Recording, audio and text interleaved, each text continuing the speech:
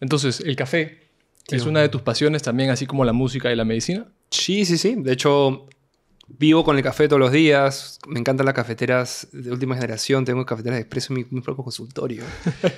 Y todo el mundo me conoce en el consultorio porque llegan y el paciente llega y huele café, pues, ¿no? Claro. Sí, es algo de mí.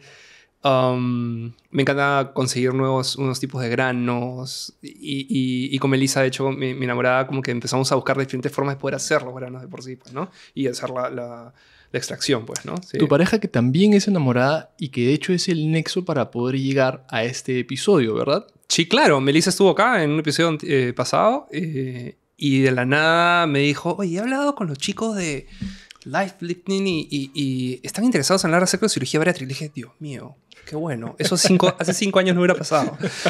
Y nada, estamos acá. ¿Cómo ha cambiado ese mundo, no? Y de hecho la idea de este episodio es justamente empezar por ahí. Primero que nada, ¿no? Bienvenidos a otro episodio de Life Lifting Podcast, el espacio en donde les compartimos todo lo que es salud.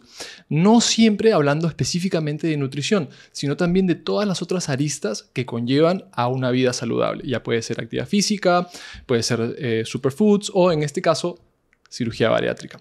El día de hoy nos acompaña el doctor Eric Piskulich, quien es cirujano bariátrico o bariatra y trabaja en la clínica Avendaño, más conocido en redes como el Dr. Piskulich.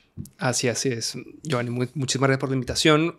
Y nada, listo acá a hablar acerca de este mundo de la cirugía bariátrica, los tabús, las verdades, qué es lo que realmente hacemos, pues, ¿no? Empecemos con eso y un poco como dirigiéndonos al elefante en la sala o el elefante en el estudio en este caso. Y es que muchas personas que nos pueden estar escuchando o viendo se preguntarán, ¿qué hace un nutricionista hablando con un cirujano bariatra? Deberíamos ser enemigos, ¿no? ¿Cómo es posible? Si es el camino fácil, si es como... Y bueno, yo creo que empezar con eso va a hacer que este episodio sea mucho más rico. Y explicarles a las personas que nos ven y nos escuchan que pues nada que ver, ¿no? Totalmente nada que ver. Trabajamos totalmente de la mano y lo último es que pensaríamos en ser enemigos, ¿verdad? Así es. De hecho, mucho tiempo atrás, como debemos entender, la cirugía bariátrica está desde los años 50. Y no es que hace poco los cirujanos trabajamos con los nutricionistas. En verdad, hace más o menos de 2010, recién en este país, se empiezan a crear los grupos multidisciplinarios en cirugía bariátrica. Antes simplemente, literal, cortaban los estómagos y los mismos cirujanos les daban una dieta impresa a los pacientes. Y ahí vamos a ver qué pasa. Y esto poco a poco ha empezado a cambiar. De hecho, en Clínica Avendaño, en el centro donde ejerzo estas cirugías, somos una clínica que hemos tomado prioridad y pionera en este mundo multidisciplinario, pues, ¿no? Es muy importante eso. Que claramente esa es una de las razones por las cuales decidimos tenerte a ti como invitado en el podcast y hacer este episodio, porque hay malpraxis en todos lados, ¿verdad? Y de hecho, cuando supimos cómo es que trabaja en la clínica Avendaño y cuál es tu postura hacia la cirugía bariátrica, dijimos, oh, ok, hay alguien haciendo las cosas bien, ¿no? Empecemos entonces, ahora que ya hemos aclarado que no tenemos por qué estar... Así es, en temas de dietes y entre peleas de profesionales. Nada que ver. Nada que ver. Claro. Obviamente, durante este episodio, dentro de todas las preguntas y temas que vamos a tocar, vamos a ver cómo es que llegamos a esto, ¿no? Pero, para empezar, Eric, ¿de dónde sale la idea de ser bariatra? Wow. A ver, yo siempre quise ser médico, de hecho. Desde chiquito quise ser médico. Y yo ingreso a medicina para ser cirujano oncólogo. Yo quería curar el cáncer con mis manos, por así decir. A lo largo de la carrera me di cuenta que en verdad no era lo mío.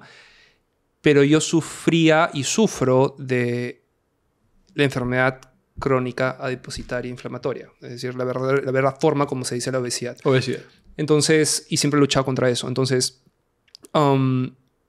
sé lo que siente el paciente que sufre de obesidad, todo lo que conlleva, toda la parte social, toda la parte de enfermedad de por sí. Y terminando la carrera, descubro un mundo que es la cirugía bariátrica. La verdad, la historia real es que estaba en una guardia en mi internado y llamaron de sala de operaciones, de la recuperación de sala de operaciones, a un interno para que haga un masaje uterino y pierda un Yang-Ken-Po. Y al perder un Yang-Ken-Po, subo a poder hacer un masaje uterino por una tonilla uterina. Y conozco a un anestesiólogo que, hablando con él, me llega a presentar al doctor Gustavo Salinas Cedo, que es el director de Clínica Avendaño. Y yo lo leía desde chiquillo, pues, como estudiante de medicina, como cirujano. Pues, ¿no? Era uno de los cirujanos pioneras acá en el Perú en cuanto a cirugía bariátrica y endoscopía quirúrgica. Y así llego a Clínica Avendaño y descubro este mundo en que con mis manos podía tratar la obesidad de por sí de una forma efectiva, pues, ¿no? Y me enamoré y me sentía muy identificado con el paciente y hasta el día de hoy hago esto, pues, ¿no? Sí, claro. De verdad es que me parece muy bonito saber que ese enfoque principal de querer ayudar gente se puede mantener en diferentes ramas de la medicina, ¿no? Así es. Y puede ser también por el lado de cirugía bariátrica. Hablamos un poco de que recién en el 2010 empieza a ser, pues, digamos, formal la parte de cirugía bariátrica. Sí. Personalmente, ¿has vivido en estos últimos años el boom de la cirugía bariátrica? Sí. En primer lugar, definir lo que hacemos con la cirugía bariátrica, ¿no? Que es tratar la enfermedad de obesidad. Y eso la gente tiene que entenderlo. Nosotros no operamos a las personas gordas, no operamos para que las personas sean delgadas. En primer lugar, definir que la obesidad, como estaba bien dicho, es la enfermedad crónica deficitaria inflamatoria que se genera en el cuerpo por un exceso de porcentaje de grasa corporal. La gente piensa que la obesidad es ser gordo. Y cuando estás delgado, ya no tienes obesidad. Y así piensa la gente. Y lamentablemente, conforme hemos estudiado esta enfermedad, nos hemos dado cuenta que eso fisiológicamente y fisiopatológicamente no es cierto. Cuando una persona llega a un estadio en que la célula grasa se inflama y produce unos mediadores químicos inflamatorios que inflaman todo el cuerpo y generan enfermedades asociadas, inflaman el hígado graso, inflaman el páncreas, resistencia a insulina, diabetes, inflaman las arterias, hipertensión, etcétera, etcétera, etcétera. Cuando estos mediadores químicos inflamatorios llegan, no hay vuelta atrás. Lamentablemente, el paciente toda su vida va a pelear con su porcentaje de grasa corporal. Se le va a hacer bien difícil disminuir su porcentaje de grasa corporal, o si en verdad lo logra, con buenos hábitos, buena alimentación, actividad física, etc., y una salud mental de acuerdo y buen sueño, lo van a poder lograr. Pero la diferencia es que apenas estas personas se descuidan por una milésima, se disparan y empiezan a hacer esto.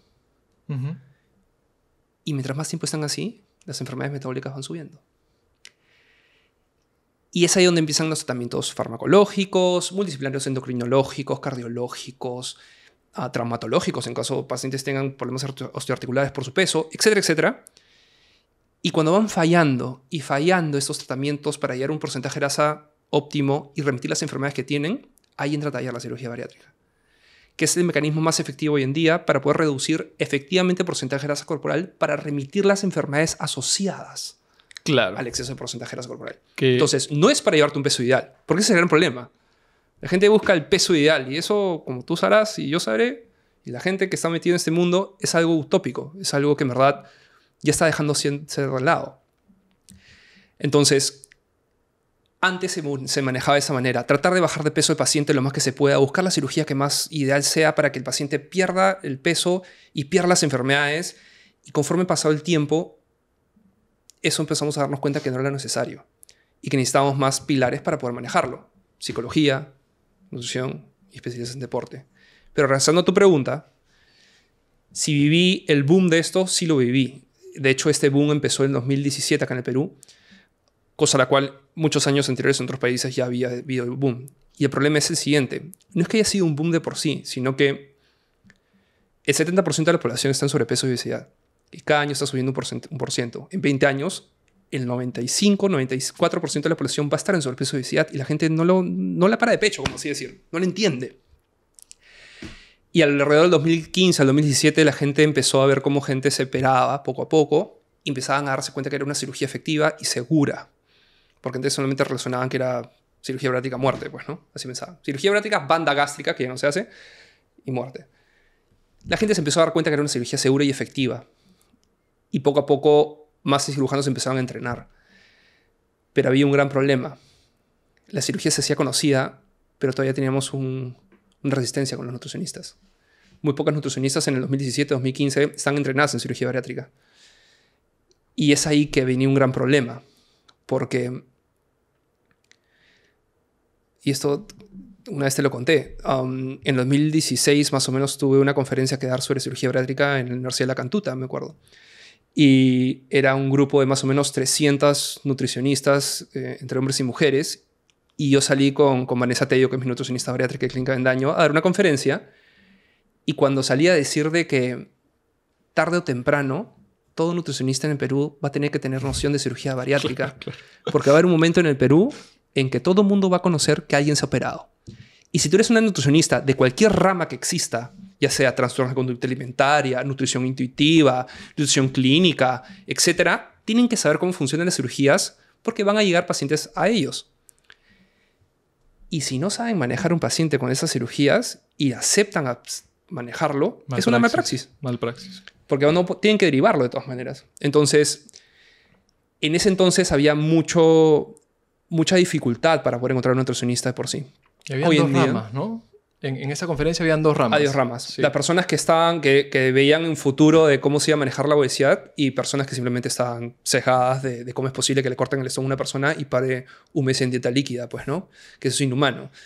Bueno, hoy en día la cirugía bariátrica es mucho más aceptada en nuestro país y gracias a Dios se ha vuelto muy multidisciplinaria y el paciente busca eso, que si busca una opción bariátrica, busca un equipo multidisciplinario para poder conllevar su vida, pues, ¿no? Y un lugar donde no lo encuentre simplemente queda alejado como opción para poder operar si tú recibes ese tratamiento. Y entender, pues, que detrás de esta cirugía hay un equipo multidisciplinario de personal capacitado y competente en el tema para poder trabajar en erradicar el problema de diferentes áreas, ¿no? Psicología, nutrición, medicina. Y entender el costo detrás de la cirugía bariátrica. No es solamente irte cortas y se acabó. No, sino es el costo de inversión tanto monetaria como de energía mental para poder entender que tienes que pasar todo un proceso previo y post. Nos estamos adelantando un poco. Sí.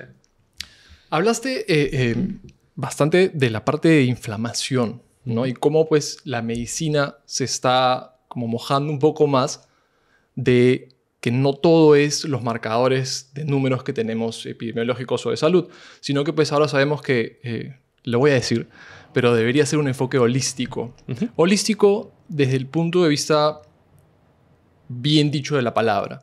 No es que pues yo manifiesto algo y la nuez de los Himalayas va a venir y me va a curar. No.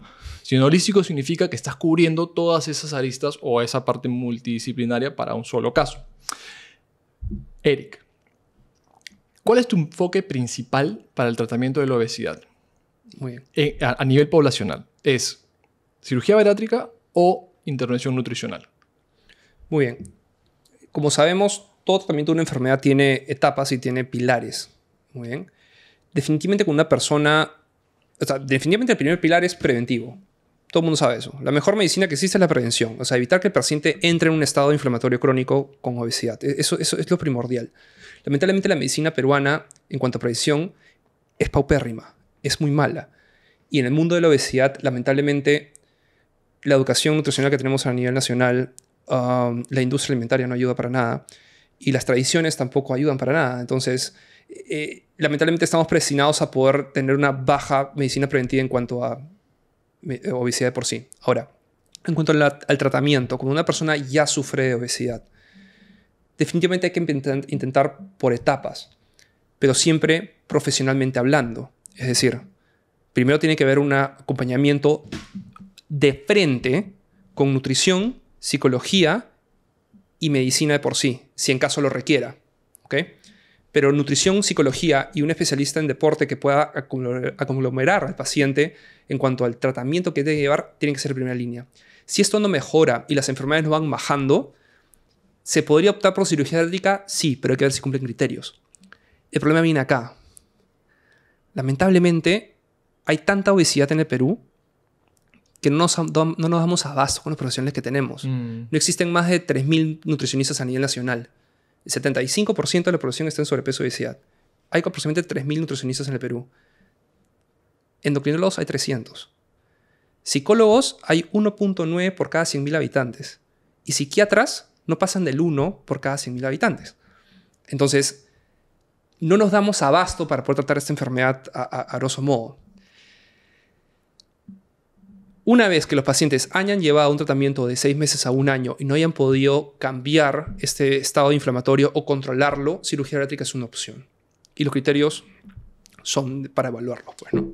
Y es interesante poder definir la palabra obesidad, ¿no? Porque claro, antes la obesidad era simplemente un número que dependía de tu altura o tu estatura y tu peso, Sí. ¿verdad? Sí. Era un marcador de IMC, de índice de masa corporal, que era superpoblacional. Hoy por hoy, la definición de obesidad ha agarrado ramas, ¿no? O 4 variantes, digamos, en las cuales nos centramos principalmente en la composición corporal, más no en el peso, donde podría haber, corrígeme si me equivoco, una persona con peso normal, normopeso, pero obesa. No obesa, pero que sufra de enfermedad de obesidad. Correcto. Claro. Entonces, pues... ¿Cómo es esto? En casa se estarán preguntando, ¿no? ¿Qué? Sí, claro. O sea que yo puedo tener, puedo medir 1,60 y pesar 60 kilos y tener enfermedad de obesidad. Lamentablemente, en la medicina todo se baja bajo estadísticas y se basa bajo estudios. La medicina basada en evidencia se basa en estudios científicos. Y la gente tiene que entender que para poder hacer estudios científicos hay que tener costos adecuados para poder hacerlos. Hay que ser lo más barato posible para poder sacar este estudio adelante. Muchos años atrás, las mismas aseguradoras crearon un índice para poder estadificar a los pacientes en cuanto al riesgo que puedan tener cardiovascularmente para poder correrles una póliza o no. Y los grados de póliza. Y es ahí donde crece y nace el gran índice de masa corporal. Peso sobre talla al cuadrado. Entonces, en los estudios se han utilizado el índice de masa corporal porque es algo barato, fácil de usar y poblacionalmente útil para poder certificar muchas personas y hacer estudios. Y los estudios sacan conclusiones y las conclusiones son las conclusiones que necesitamos para poder ejercer medicina. Y es por eso que se usa el IMC, lamentablemente. Es malaza la variable, es muy mala. Pero se utiliza en eso, lamentablemente. Existen, como tú bien sabes, muchas otras variables que podemos utilizar para poder ver la composición corporal de las personas. Tenemos el porcentaje de grasa corporal, el porcentaje de masa muscular, el agua, etc. Pero cuando nosotros referimos a la enfermedad de obesidad, es decir, la enfermedad inflamatoria crónica deficitaria, son estadios y son variables que tenemos que ver en cuanto a la producción de sustancias químicas inflamatorias dentro de la célula adiposa. Interleuquina 6, citoquinas y cosas por el estilo que se pueden medir, pero son carísimas. ¿Me entiendes? Entonces tú para poder estadificar a una persona y decir, a ver, tú estás sufriendo un estado inflamatorio, okay, hay que tomarte esta cierta cantidad de exámenes que terminan costando por lo menos aproximadamente 5.000 soles. Muy bien. Entonces, cuando tú me dices, es posible que una persona con sobrepeso o un normopeso, por así decir, que se vea delgada, pueda sufrir de enfermedad crónica deficitaria, sí, sí puede. Y es por eso que ven que hay personas que dicen, qué raro, esa persona es delgada, pero ¿por qué sufre de diabetes tipo 2? Porque tiene hipertensión, porque es... Y ahora sos severo. Sí, entonces, se reactiva. Tienen que entender que verse gordo es simplemente un signo de la enfermedad de obesidad. El acúmulo de grasa en exceso es solamente un signo visual de la enfermedad de obesidad. Es como, por así decir, no sé, pues como decir la varicela, ¿ok? La gente sabe que los niñitos les dan varicela porque les salen unos puntitos así. Bueno, ese es el signo de la varicela, pero todo el mundo sabe que es un virus que ingresa al cuerpo, se replica en ADN, etcétera, etcétera. Bueno, la obesidad es lo mismo. La obesidad simplemente verse gordo es un signo de la enfermedad. La enfermedad está por dentro de la célula adipositaria, pero la gente no entiende eso. Entonces, el fin del tratamiento para la enfermedad de obesidad es disminuir el porcentaje de grasa corporal para disminuir la inflamación. Existen muchas formas, muchas dietas, que lamentablemente, como sabemos, las dietas no sirven. No sirven las dietas. No sirven. Muchos ejercicios, pastillas, shakes, inyectables. ¿Has escuchado los balones? Estas pelotas que ponemos en el estómago para que la gente tenga mejor saciedad. Sí. Hay como 20 clases de ellas. Y cirugías bariátricas hay como 70. Cuando una enfermedad tiene muchas formas de ser tratada, es porque lamentablemente no tiene cura. La obesidad no tiene cura. Solamente podemos tratarla y controlarla. Cirugía bariátrica hoy en día ha demostrado la efectividad a corto y largo plazo de controlarla con mayor efectividad y evitar las complicaciones a corto y largo plazo de esta enfermedad. Pero no solamente basta en cortar el estómago. Es todo lo que viene detrás. De hecho, Sí. ese paper del 2016, donde definen obesidad en estas 4 ramas, es súper interesante, pero creo que ya con esto hemos como dado una imagen bastante clara de que ser obeso no es necesario, o sufrir de enfermedad no es necesariamente tener un IMC de 35-40. No. Es cierto lo que dices, que las dietas per se no funcionan. Y de hecho esa es la rama que estamos viendo cada vez más en el mundo de la nutrición y honestamente lo que hacemos nosotros en el consultorio. Así es. Que es pues ir al nutricionista para que te dé una dieta X, la dieta de la papaya, la dieta de la papa, la dieta de la avena, no sirve para absolutamente nada. Y es difícil porque, pues, hablarle a una persona de cambio de hábitos es algo que a nadie le gusta escuchar. Total. Decirle que, entonces, para poder curar mi condición, ¿tengo que hacer ejercicio? Sí. Para poder curar mi condición, ¿tengo que tener algún cierto control de porciones y educación nutricional para entender cómo debería ser mi consumo de macros? Sí. Pero no hay otra. No hay otra alrededor de eso. La cosa, claro, y lo que define, creo yo, a un buen nutricionista o un mal nutricionista es qué tanta fricción hay entre el momento en que decides hacer eso y el momento en que logras adaptarte a eso y implementarlo y hacer un cambio de hábitos a largo plazo. Pero algo muy importante es definir como que dieta per se, pues, ¿no? Porque la gente relaciona dieta a dieta baja de peso. Claro. Y eso, en verdad, claro, y se crea todo este mundo de la cultura antidieta y toda la cultura de dieta y esa onda, pues, ¿no? Que tienen totalmente la razón, pero tienen que entender que existen dietas y existen dietas. O sea, la dietoterapia existe. O sea, una persona que está con insuficiencia renal crónica y tiene que llevar diálisis, tiene que dar una dieta adecuada. ¿Me entienden? O sea, y es una dieta o terapia. Nosotros hablamos que las dietas bajas de peso, cuando acuden a un profesional para que les dé una dieta baja de peso, eso en verdad, ya está estipulado que no funciona. Hay que tener una noción básica de nutrición y aprender a comer y aprender a poder balancear una nutrición amigable. Pero lamentablemente algunos profesionales piensan que cuando tienes una persona con un 50% de grasa corporal, piensan que eso es la solución y que tener mejor relación con la comida y tus emociones va a ser la solución para poder disminuir ese porcentaje de grasa corporal y poder remitir la enfermedad. Y lamentablemente eso tampoco funciona. A corto y largo plazo hay una residuidad muy grande. Claro, hasta con cirugía bariátrica. Ya te entendí. Sí. A eso me refiero. Es decir, si yo tengo una persona... ¿Cómo te voy a explicar? A ver. Corte. No, mentira. ¿Cómo te puedo explicar? Te puedo explicar que está bien que usualmente las personas piensan que la obesidad o la cirugía bariátrica se da en personas que tienen que ser sumamente grandes en contextura.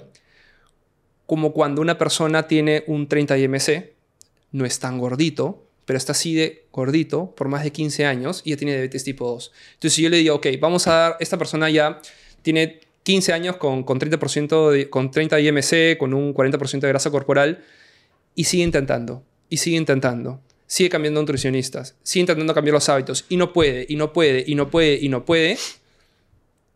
hermano, la dieta se lo va a comer vivo. Sí, y de hecho, orgánicamente nos estás llevando a nuestro siguiente punto. Antes de pasar a eso, sí quiero retocar un punto que dijiste, que es que, claro, la dietoterapia funciona en la pérdida de peso y tenemos que entender que la estipulación de calorías, pues, tiene un sustento científico bastante importante. Entonces, por ejemplo, ¿no? Si mi basal son 3000 para bajar de peso, hay, pues, es algo tan simple y el primer escalón del mundo de la nutrición, es algo que siempre digo en consulta, es el balance energético.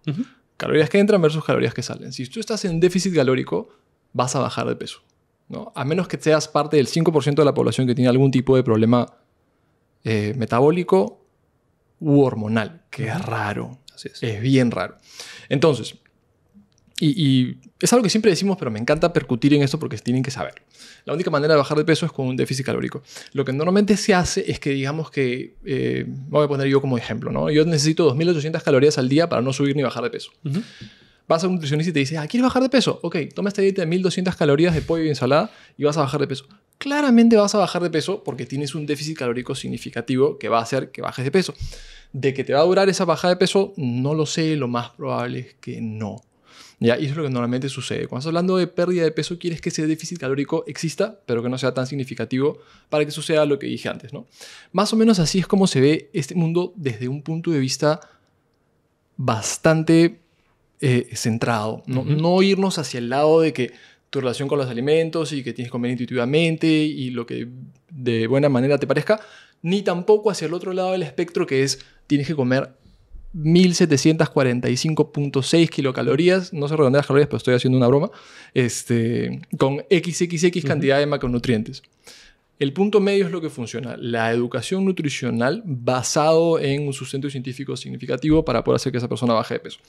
Habiendo dejado eso en claro, y justamente a donde nos llevabas, que me parece genial este segmento, porque honestamente era mi siguiente pregunta, que es, ¿cuáles son los criterios que utilizas tú para seleccionar pacientes candidatos a cirugía bariátrica? Muy bien. Están estipulados los criterios a nivel mundial.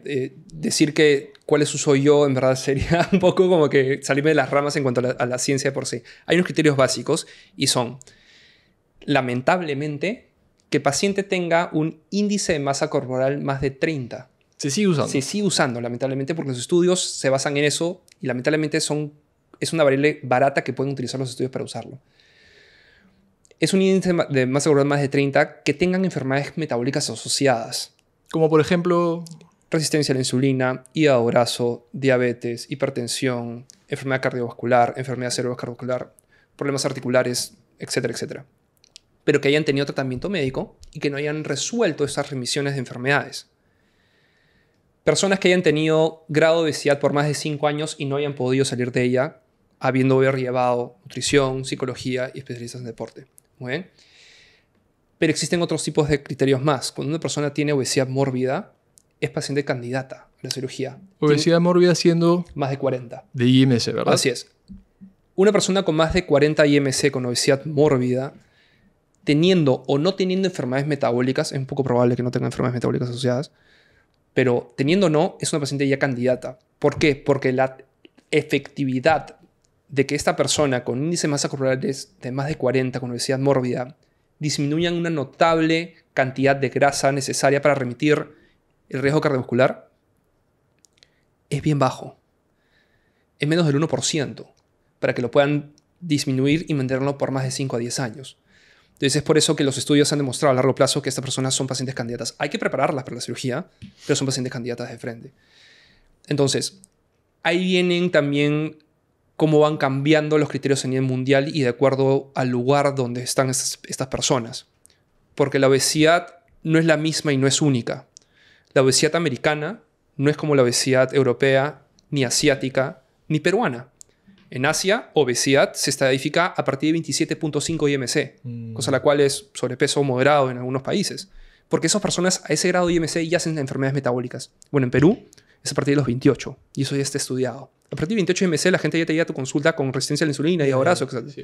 Entonces, si viene una persona con 28 IMC que está peleando hace años con la resistencia a la insulina, tomando metformina y muchas otras enfermedades, fármacos, diabetes, lo que fuese, no le decir, lo siento, no te puedo operar, porque en verdad tienes que pensar un poquito más. Claro, no cumples con este criterio que al parecer... O sea, ¿me entiendes? Entonces hay que tener un poco más de sentido común a ver qué personas van a recibir tratamiento o no. Entonces, con esos criterios, de verdad que es bastante bonito saber que hay, pues, cierta variedad de estos para poder estipular si es que entras o no entras, ¿no? Y pues es bonito también escuchar que pues, están todos basados en evidencia científica. No es que porque a ti se te ocurrió dijiste, ya, ok, tú me caes bien y tal vez vienes con los recursos como para poder operarte, entonces te voy a operar. No, existen criterios pues, que son los que aseguran que la cirugía tenga éxito, que el caso del paciente pues, tenga más probabilidades de éxito en el tiempo, no disminuyen los riesgos de mortalidad, etc. Así como nosotros en el consultorio tenemos personas que vienen para cualquier tipo de motivo. Normalmente vienen deportistas de alto rendimiento y no mejoran, no progresan, aún así siguen viniendo, etc. Y en realidad nosotros no podemos ayudarlos, tenemos que decírselo, ¿no? Mira, tenemos cierto tiempo trabajando juntos, no estamos progresando, te recomendamos derivarte a otro profesional, etc. ¿Les sucede a ustedes también casos que después de una cirugía vuelven a ganar el peso perdido? Todos los pacientes. Todos los pacientes. Tenemos que entender que, como mencionamos al principio, la obesidad no tiene cura. La obesidad simplemente es un estadio en que se puede controlar. La enfermedad inflamatoria crónica se puede controlar por un tiempo determinado.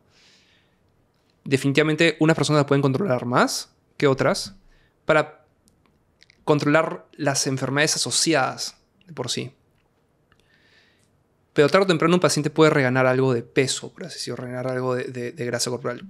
Como debemos entender, el humano suele aumentar su grasa corporal alrededor del tiempo. O sea, es así, estamos codificados para eso. ¿Okay? Es más, subir un poco de grasa corporal alrededor de la vida es un efecto cardioprotector. Es algo que nos protege cardiovascularmente en el futuro como adultos mayores. No puedes excederte, pero si tú tomas una foto de una persona que tiene 15 años y es delgada, si tomas una foto de esa misma persona cuando tenga 65 años, aparte de lo más viejito, lo vas a ver con más grasa corporal. Eso va a pasar y eso es normal.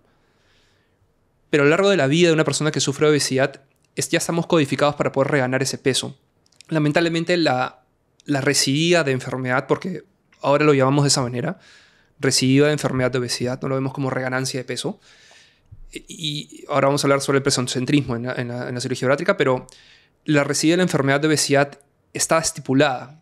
Lamentablemente hasta ahorita se siguen peleando para ver cuál es la cirugía que más te baja de peso y más te mantiene delgado. Y en verdad eso tenemos que parar de pensar. Hay que erradicarlo. Erradicarlo. Definitivamente una persona que logra tener mejores hábitos después de la cirugía va a perdurar un porcentaje de grasa más saludable para él o para ella. Pero lamentablemente todo el mundo regana algo de porcentaje de grasa corporal. ¿Qué es reganar peso? No se sabe. No se sabe si has bajado 50 kilos con tu cirugía, reganaste 5, eso es reganancia, pero ¿es lo estipulado? Reganar el 50% de lo que has perdido. Entonces, respondiendo a tu pregunta, ¿la gente regana peso? Sí, todos reganan peso. Patológicamente hablando, es un 30% aproximadamente. Y esas personas, lamentablemente, son personas que no se adhieren al tratamiento de cambio de estilos de hábitos y cambio de vida después de la cirugía. Y ese es el gran problema. No sabemos si es por culpa del paciente, porque tampoco es darle la culpa al paciente. No sabemos si es por culpa de que no le han dado un equipo multidisciplinario adecuado o si es simplemente la enfermedad que reciba más fuertemente como otra persona. Así como el cáncer. ¿Acaso la gente le echa la culpa a las personas porque su cáncer recidiva? No. O sea, la obesidad es lo mismo. Son enfermedades que tienen que recidivar y que tenemos que estar como profesionales atentos para poder evitarlo o parar de pecho mejor esa recidiva para que no le golpee mucho al paciente. Claro. De hecho, en lo que personalmente he visto, obviamente preparándome para este episodio, es que pues en la literatura que hay ahorita publicada en revisiones sistemáticas, etcétera, la mayoría de estudios de cirugía bariátrica pues no son tan longitudinales, son de 2 años, 3 años, y pues la mayoría de casos mejoran muchísimo. No siendo pesocentristas, sino hablando de justamente esas condiciones patológicas que van aparte del peso. La mayoría mejora bastante. Es cierto también que estos estudios no tienen 10 años de seguimiento, 15 años de seguimiento, 20 años de seguimiento, ¿no? Pero por lo que se puede ver, pues bien, entiendo que esa reganancia de peso es normal, ¿no? Y la razón por la que te hice esa pregunta fue justamente para pues, que la mayoría de gente sepa que es normal volver a subir un poquito de peso después de cierto tiempo. Lo importante es no volver a ver esos marcadores de glucosa en sangre, de colesterol, de triglicéridos, de presión arterial, etcétera, ¿verdad? Así es. El problema es cuando se operan sin criterios. Y es ahí cuando se operan para simplemente bajar de peso, pues, ¿no? Si una persona simplemente se opera para bajar de peso y verse delgado, en primer lugar tienes que entender que vas a reganar el peso de nuevo. No todo, pero vas a reganar algo de peso. Y si te estás pensando operar pesocentristamente, claro, vas a destruirte psicológicamente viendo que estás subiendo de peso nuevamente. Totalmente de acuerdo. Y dos, ahora vamos a hablar acerca de la suplementación, me imagino, pero no es muy bueno operarse sin criterios simplemente para bajar de peso porque luego vas a tener que tomar suplementación toda la vida. Y si nunca has tomado fármacos ni nada, de la nada empezar a tomar suplementación toda la vida, es un contra. Claro, no es algo que vas a poder incorporar a tu rutina. Hablemos un poco sobre las etapas de la cirugía bariátrica, ¿ya? ¿Cómo es esa preparación para la operación? Muy bien. Usualmente el paciente ya consulta o derivado de un profesional, es decir, quizás un ginecólogo especialista en fertilidad que tiene una paciente que quiere salir gestando, no puede salir gestando por su infertilidad, por su obesidad, me la deriva para poder ser operada y que pueda salir gestando. Un hepatólogo que tiene un paciente con cirrosis, tiene que entrar a la lista de espera para un hígado y no puede entrar a la lista de espera para un hígado porque tiene obesidad mórbida y no le van a dar el hígado. Claro. Y eso no es discriminación, simplemente son criterios clínicos para poder recibir un órgano que lo vaya a poder recibir. Si no, otra persona lo va a poder recibir mejor. O un endocrinólogo que tiene un paciente que tiene diabetes y ya está en su última etapa de tratamiento con insulina y no mejora, ok, lo pasan a cirugía bariátrica. Después están las personas que saben que tienen esas enfermedades, han intentado de todo, no avanzan y acuden a la cirugía. Y también están los pacientes que simplemente quieren verse delgados y acuden a buscar cirugía bariátrica. Hay de todo. Muy bien. Una vez que estos pacientes acuden al consultorio, se evalúa por el cirujano. Hasta ahora no sé por qué el cirujano es el primer profesional del equipo bariátrico que tiene que ver al paciente. No sé por qué. pero lamentablemente somos los que estamos más entrenados a explicarles cómo son las cirugías y ver si en verdad, si en caso son candidatos, explicarles bien cómo son las cirugías. Porque tranquilamente podría tener la primera consulta con una nutricionista bariátrica. Claro. Pero sí, hay algo que hasta ni yo sé por qué buscan primero al cirujano, primero lo buscan cirujano. El cirujano ahí tenemos que ver, evaluar al paciente en cuanto a sus antecedentes. ¿Qué enfermedades sufre? Ver los criterios y evaluarlo ecográficamente para ver qué enfermedades podemos encontrar en una sola cita. Enfermedades que puedan ser utilizadas para poder remitir con cirugía bariátrica. Un poco lo que hablábamos de los criterios. Así es. Si vemos que a grosso modo el paciente puede optar por cirugía bariátrica, porque eso es lo que quiero que la gente entienda. La cirugía bariátrica es una opción más al tratamiento de obesidad. No se tienen que operar algunas veces. No es como que te tienes que operar porque si no nunca lo vas a poder hacer. No, es una opción más. Y si en caso la cirugía es una opción a estos pacientes, ya empieza la aventura. Es ahí donde tiene que ser evaluada por una nutricionista bariátrica. Esta nutricionista bariátrica tiene que ver la conducta alimentaria del paciente, ver cómo se relaciona con la comida, ver si tiene algún tipo de trastorno de conducta alimentaria, ver si en verdad es una persona que ya haya intentado efectivamente tratarse nutricionalmente, no con dietas baja de peso, sino cambio de hábitos y ver si puede mantener una alimentación balanceada y sana. Es que tenemos que decirlo así, hay que percutir en la mente de las personas para entender que no todo es pollo y ensalada. Tal cual, tal cual. Bien, pasa por un nutricionista. O te reemplaza esta comida por un shake, ¿me entiendes? Sí. Entonces, y después tiene que pasar por una psicóloga bariátrica, la cual va a ver las emociones del paciente, ver el mindfulness del paciente, ver si tiene algunos tipos de traumas de infancia o durante la vida que puedan influir en el actuar de alimentación, que hay de todo también. Si ellas dicen que todo en orden, pasan a lo que es el preoperatorio. Son placas de tórax, pruebas COVID, los ve un cardiólogo para ver la parte cardiovascular, los somete a una endoscopía para ver cómo está el estómago, ver qué es lo que vamos a operar, exámenes de sangre, y es ahí donde todo el equipo, con todos esos resultados y todas esas evaluaciones, se reúne. Y es ahí donde se hace la junta multidisciplinaria. Tengo el honor, el agrado de formar parte de un equipo multidisciplinario, por no decir el mejor que existe a nivel nacional, que es de Clínica Avendaño. Todos los lunes de 8 a 10 de la mañana nos reunimos todo el personal de la clínica, desde el conserje de la clínica, literal, desde el conserje de la clínica, sin menospreciarlo para nada, hasta el director de la clínica. También sin desprestigiarlo de la nada, dos Salinas. Todos juntos evaluando el paciente y literalmente se pone en una reunión la cara del paciente, todos sus exámenes y todos discutimos el paciente. Y están todos los especialistas que ni siquiera el paciente ha pasado por. O sea, quizás está el endocrinólogo, está el hematólogo, está el traumatólogo, etc.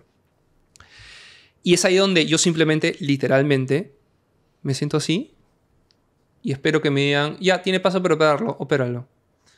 Yo no decido para el paciente, lo decide la junta.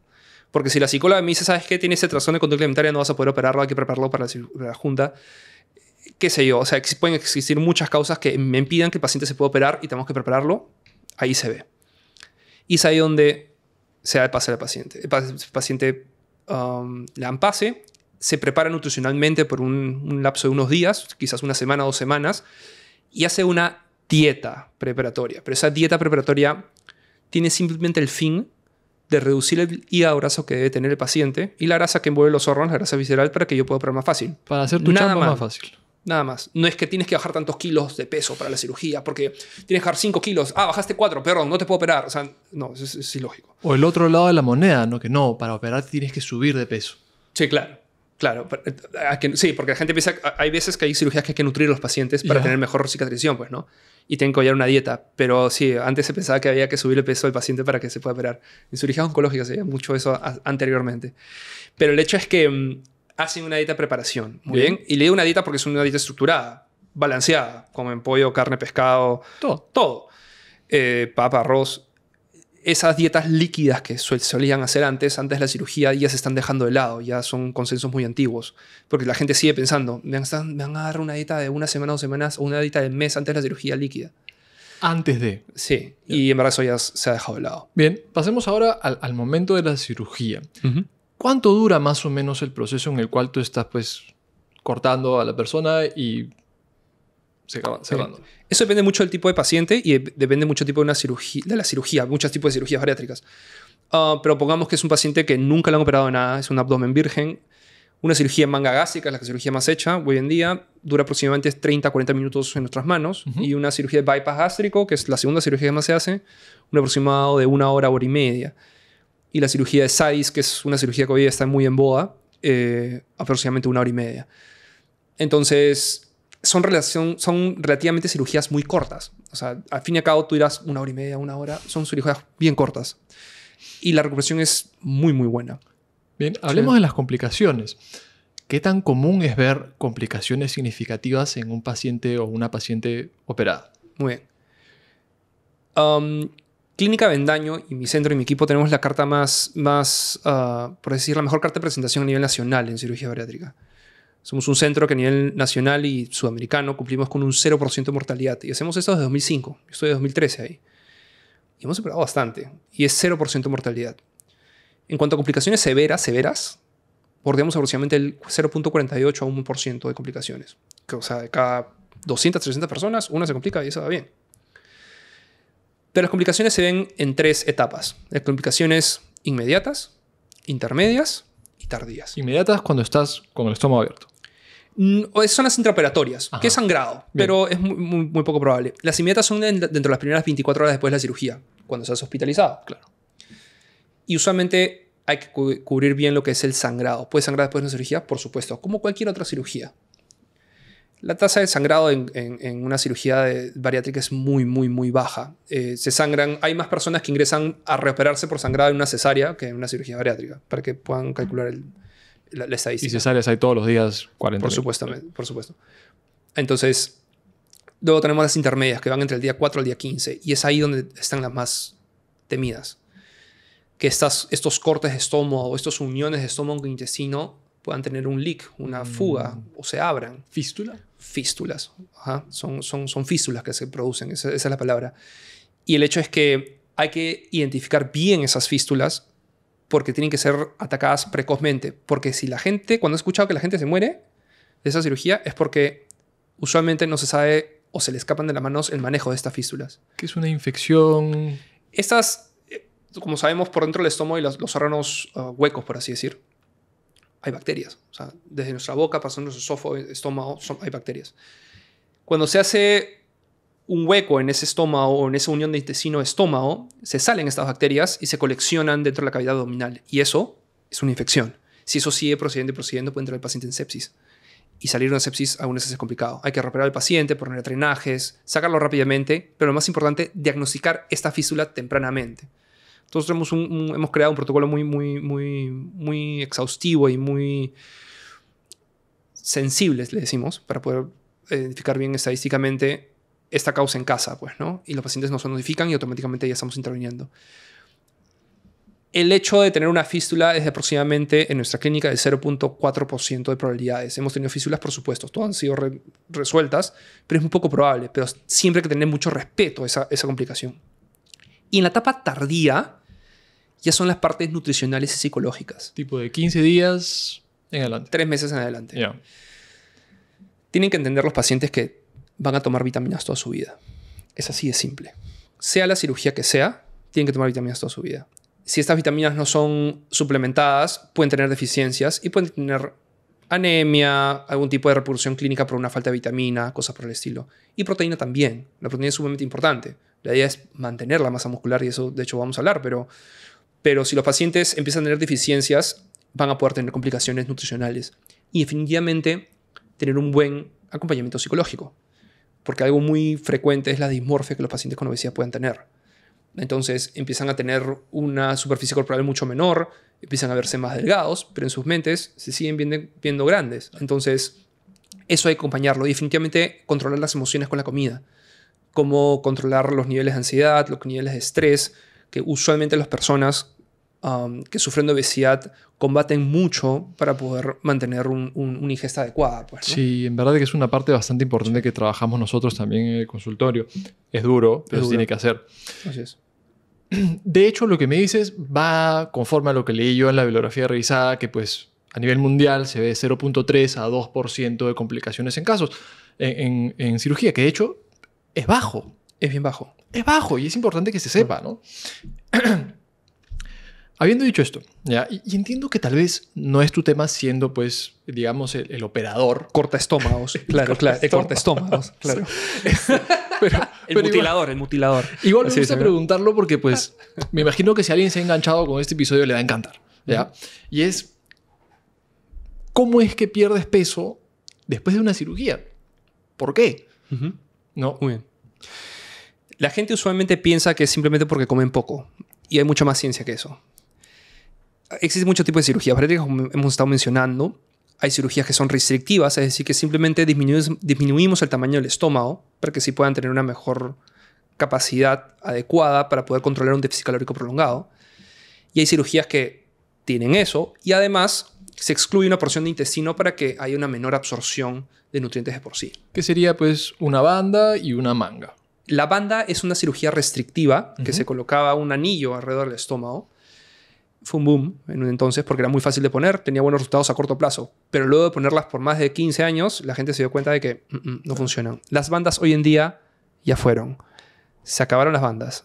Yo, como cirujano, por así decir, de aproximadamente 10 años de experiencia en cirugía bariátrica, nunca he puesto una banda. Estoy entrenado a retirarlas y cambiarlas a otro procedimiento. Qué pena. Sí, claro. Sé muy bien cómo funciona una banda, pero nunca he puesto una. Ahora, el hecho es que es una cirugía restrictiva, ya no se hace. La manga gástrica es otra cirugía restrictiva que cortamos el estómago de manera vertical. Para que la gente la pueda entender, retiramos el 80% del estómago. Pero no solamente es acortar el estómago para que puedas comer menos y bajar de peso, sino que también esa estructura tubular hace que retiremos una porción de una hormona, de la porción de hormona que se llama grelina, que usualmente lo van a encontrar en internet o te la van a vender como la hormona del hambre. Sí. Que si te la quito, nunca más vas a tener hambre. Y la gente dice, brother, qué paja, nunca voy a tener hambre. La solución. Y está mal eso. Sí vas a tener hambre en primer lugar y que tener hambre es bueno. ¿Entiendes? Es una manera de sobrevivir. Es fisiológico. Sí, claro.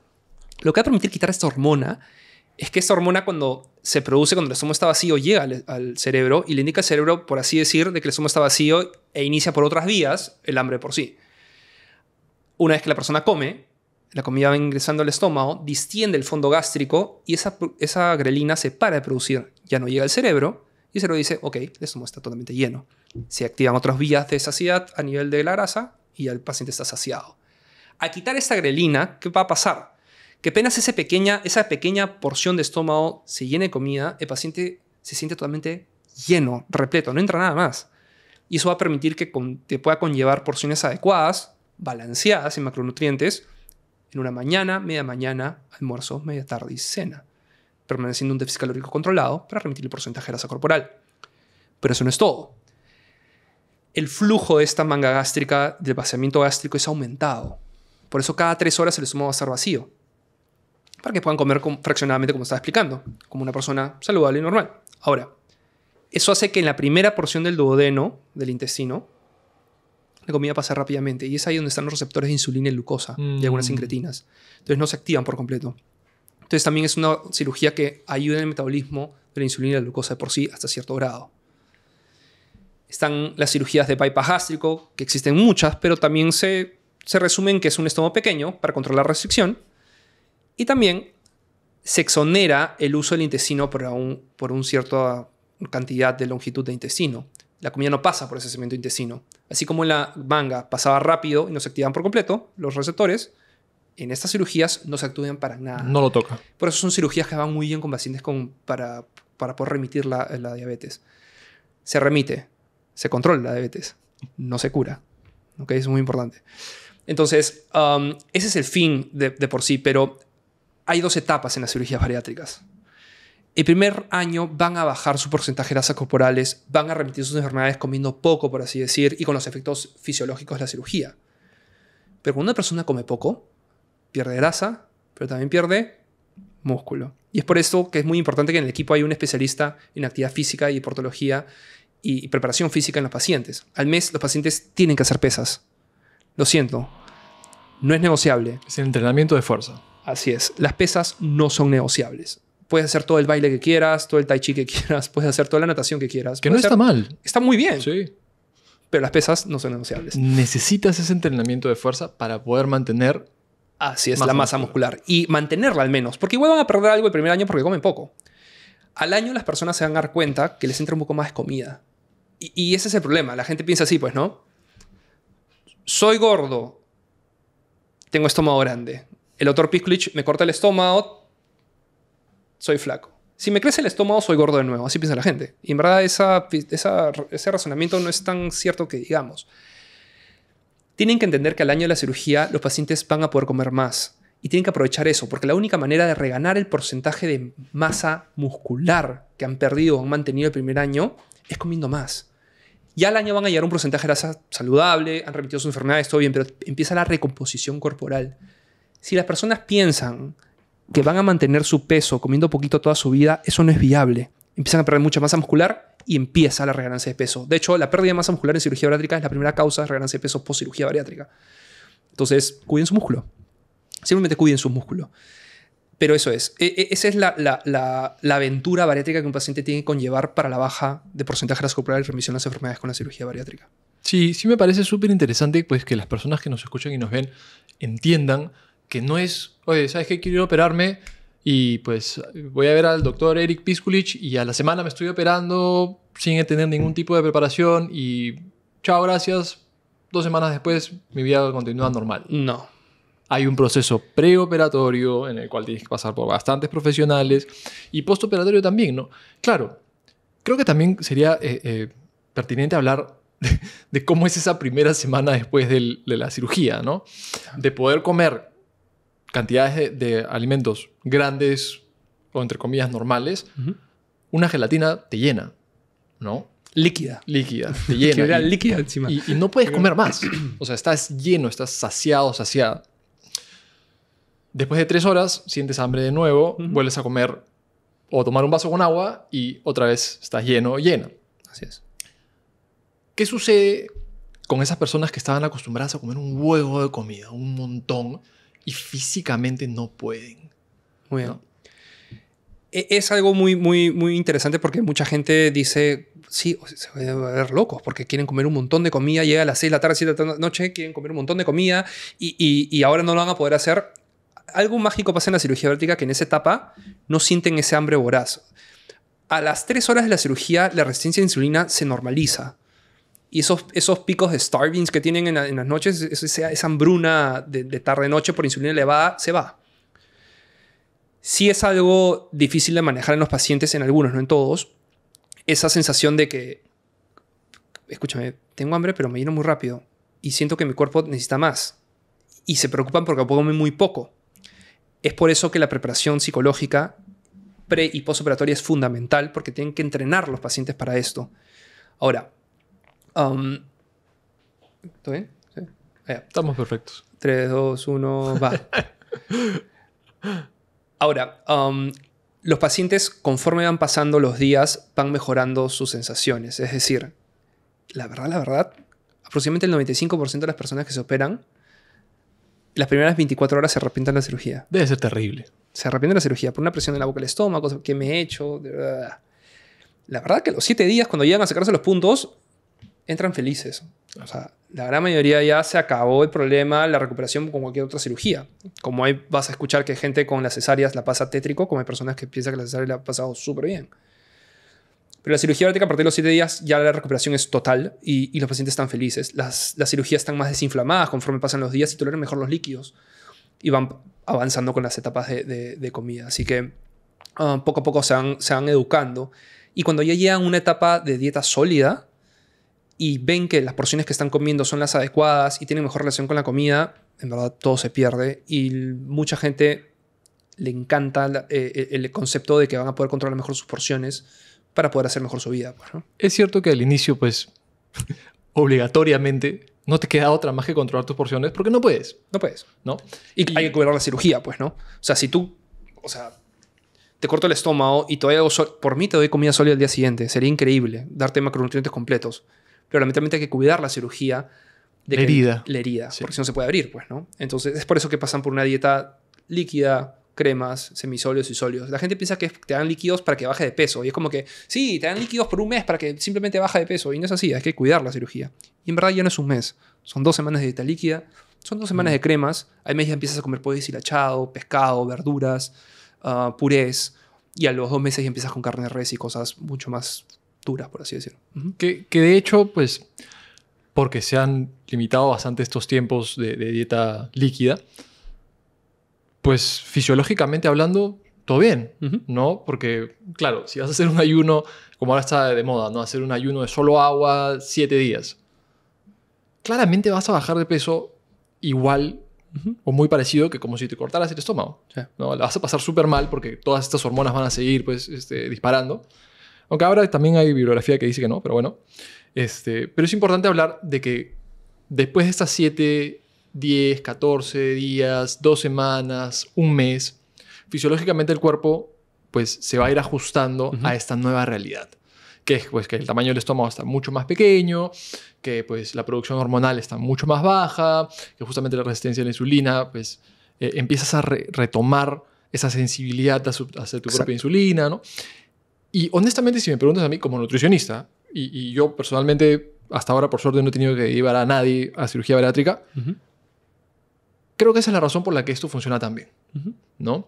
De hecho, ahorita justamente antes de empezar, comentábamos fuera de cámara, que una buena amiga mía, no voy a decir su nombre por respeto, justamente acaba de pasar por una cirugía bariátrica. Y me decía, o sea, su retroalimentación hacia el proceso fue, literalmente lo único que tenía que hacer era cerrarme la boca. Y claro, desde un punto de vista de una persona que tal vez no está tan informada, esa es la forma en la que lo ven. No, ¿sabes qué? Tuve que tener la fuerza de voluntad para dejar de comer. Y pues ahora creo que nos estamos enterando de que no es tanto así, ¿verdad? No es tanto así. Yo tengo una teoría que ya es otra historia de cuanto a la fuerza de voluntad. En verdad, la fuerza de voluntad no existe. Todo es mediado por química en nuestro cuerpo. Neurotransmisores. Así es. Pero va más allá que esto. Y estoy de acuerdo contigo, ¿ya? Porque la fuerza de voluntad es algo bastante efímero. Mucha gente, cuando va al consultorio, me dice, no, tú dame el plan alimenticio y yo lo voy a decir al pie de la letra, el 100%, voy a contar cada arroz, voy a pesar toda mi comida. Es como que, no, tranquila, no es necesario, ¿no? Sí. ¿Cómo lo ves tú en cuanto a esa parte donde se dice que no, yo puedo cerrarme la boca y no comer nada y para qué me voy a operar? Sí, en verdad todo se basa bajo, como estabas diciendo, neurotransmisores, hormonas, y nuestro cuerpo es una máquina. La fuerza de voluntad simplemente es un tipo de empuje psicológico que la gente tiene para poder combatir las fuerzas internas orgánicas que tiene nuestro cuerpo. Lamentablemente llega un punto en que las enfermedades pueden más y nuestro cuerpo es más inteligente que nosotros. Se acabó. O sea, el cuerpo es más inteligente que nosotros mismos. Y esta fuerza de voluntad llega a romperse hasta cierto punto cuando hay un desbalance en enfermedades. No solamente... si las personas piensan que la cirugía bariátrica simplemente es cerrarse el pico para poder bajar de peso, eso está mal. O sea, simplemente no me basta que coman poco, pierdan peso, cuando psicológicamente están inestables, cuando muscularmente están en el suelo y cuando la relación con la comida es mala. Eso no es un éxito para la cirugía. La gente sigue pensando que el éxito en la cirugía es simplemente llegar a un peso y quitarte las enfermedades. Cuando... ¿de qué me sirve, como te digo, si la salud mental está en el suelo? Y es importante, creo yo, tocar este tema que es un poco sensible, pero tenemos que hablarlo, que es que, pues, centrarnos solamente en el peso nunca está bien. Pero es cierto también que el peso es un gran indicador para una probabilidad de factores asociados a eso, como enfermedades crónicas no transmisibles, ¿no?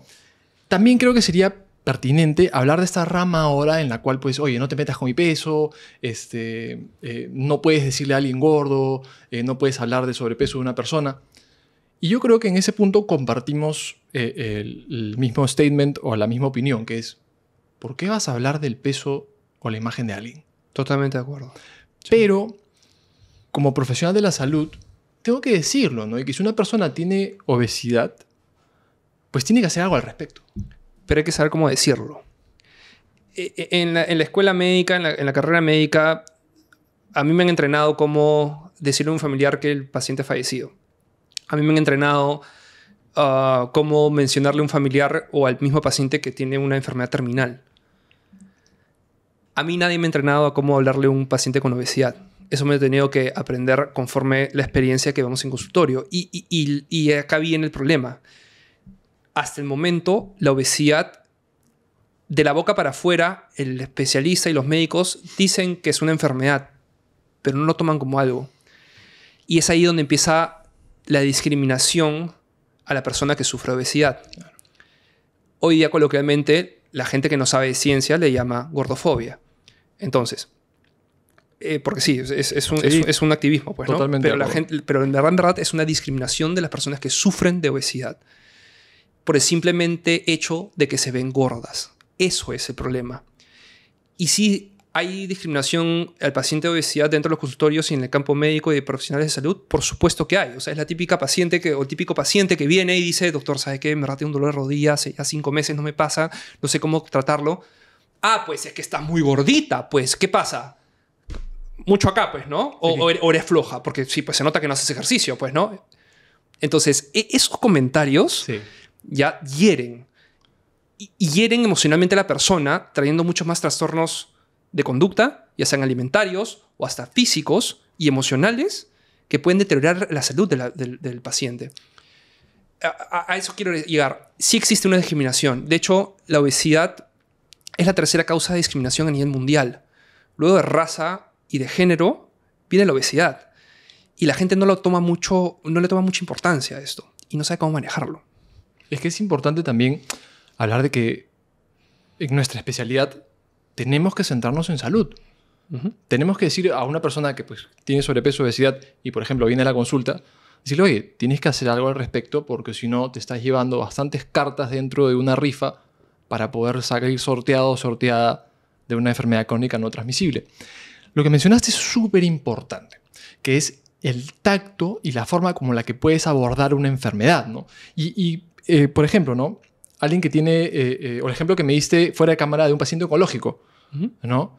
Que si una persona viene con algún tipo de cáncer o neoplasia, pucha, no le vas a echar la culpa a esa persona por su condición. Exacto. ¿No? Y si recae, tampoco le vas a decir, oye, mira, esto te ha pasado por tu culpa. Es como, por ejemplo, alguien que viene a nuestra consulta pues, habiendo logrado algún cambio específico dentro de sus patrones alimenticios y por X razón o motivo recae. Como profesional... No, me refiero que... Y también viene por la parte de avance. Es decir, es típico en la consulta cuando... Y hasta pasa en pacientes cuando acuden a nutricionistas. ¡Felicitaciones! Oye, 3 kilos te has bajado en un mes. Oye, qué bien. Que no sé... ¡Felicitaciones! Cada siguiente mes, por cuestiones fisiológicas del cuerpo, bajan medio kilo y los pacientes vienen todos deprimidos. Solamente he bajado medio kilo, que no sé qué. Y ahí tienes que explicar... ¿Me entiendes? Sí. Entonces, es un gran problema basarse en un avance simplemente por el peso. Sí es cierto que existen enfermedades que lamentablemente tenemos que llegar a un peso más de acuerdo a la talla y es un indicador, por ejemplo. Si tengo una persona que tiene una prótesis de rodilla, o sea, no lo puedo dejar con 20 kilos de sobrepeso si lo he bajado 50 con una cirugía bariátrica. Tengo que llegar a bajarle esos 20 kilos porque si no esa prótesis de rodilla no va a mejorar. Salud. Exacto, salud. A eso me refiero. Y también quisiera mencionar que pues están los dos lados de la moneda, ¿no? Los dos, digamos, lados del espectro. Cuando ves una persona con una obesidad mórbida, claramente no estás hablando de cómo se ve, sino de cuáles son los marcadores que tiene adentro esa persona que, de nuevo, todas las cartas, lo que hablaba antes. Vámonos al otro lado del espectro, ¿no? Vámonos al lado de que tal vez una persona con cuadraditos, súper definida, probablemente tampoco sea tan saludable. Probablemente. Es lo más probable. De hecho, Diego Bernardi, con quien normalmente llevo el podcast y también es un nutricionista y fenomenal, es un muy buen profesional, es fisicoculturista natural. ¿Qué quiere decir? Que él se prepara para poder llevar su cuerpo a un porcentaje de grasa extremadamente bajo por un periodo de tiempo. Y por suerte, él abiertamente dice que esto no es saludable. Entonces, cuando las personas ven sus fotos y lo ven, pues que se le nota cada fibra muscular y todos los abdominales y hasta las estrías del poto, abiertamente dice, esto tampoco es saludable. Es insostenible en el tiempo y se hace solamente porque pues, es un deportista de alto rendimiento que va a llegar a su competición de la mejor manera posible y después va a regresar a un peso normal. Sucede lo mismo para los dos lados, ¿no? Y quiero contar una historia pues, bastante personal que creo que llega para esta parte, que es así como estamos al lado de no decirle a una persona, oye, mira, estás gordito, estás gordita, mira cómo te has subido de peso, mira tu panza. Esas cosas, estamos seguros que lo queremos erradicar, ¿no? De acuerdo. Me sucede a mí también, que bueno, he hablado de esto en otros episodios, pero es que tuve un problema en la espalda súper grave, que me tuvo postrado, no podía hacer ejercicio, etc. Me bajé un montón de peso, porque por suerte a mí la ansiedad no se me va por el lado de la comida, se me va por otros lados, ¿no? Pero no viene al caso ahorita. Y pues estaba un día en ropa de baño, tomando agua, y se me acerca un paciente, me saluda, ¿qué tal? ¿Cómo estás? Sí, todo bien, bueno vernos, en un ambiente que no sea el consultorio, ¿no? Oye, ya estás muy flaco, ¿ah? Entonces, Claro. obviamente no es hacerme la víctima, pero es decir, no hablemos de nada. No hablemos del peso de ninguna manera en la cual podría ser perjudicial para esa persona, sino pues demos buena energía y recibamos buena energía cuando estamos hablando de este tema, porque la gordofobia es real. Totalmente real. Pero dentro de nuestra profesión, creo que no podemos dejar pasar que si alguien tiene un problema de salud relacionado a su peso o a su porcentaje de grasa o su composición corporal, hay que hacer algo al respecto. Exacto. Hay que tener responsabilidad por la enfermedad.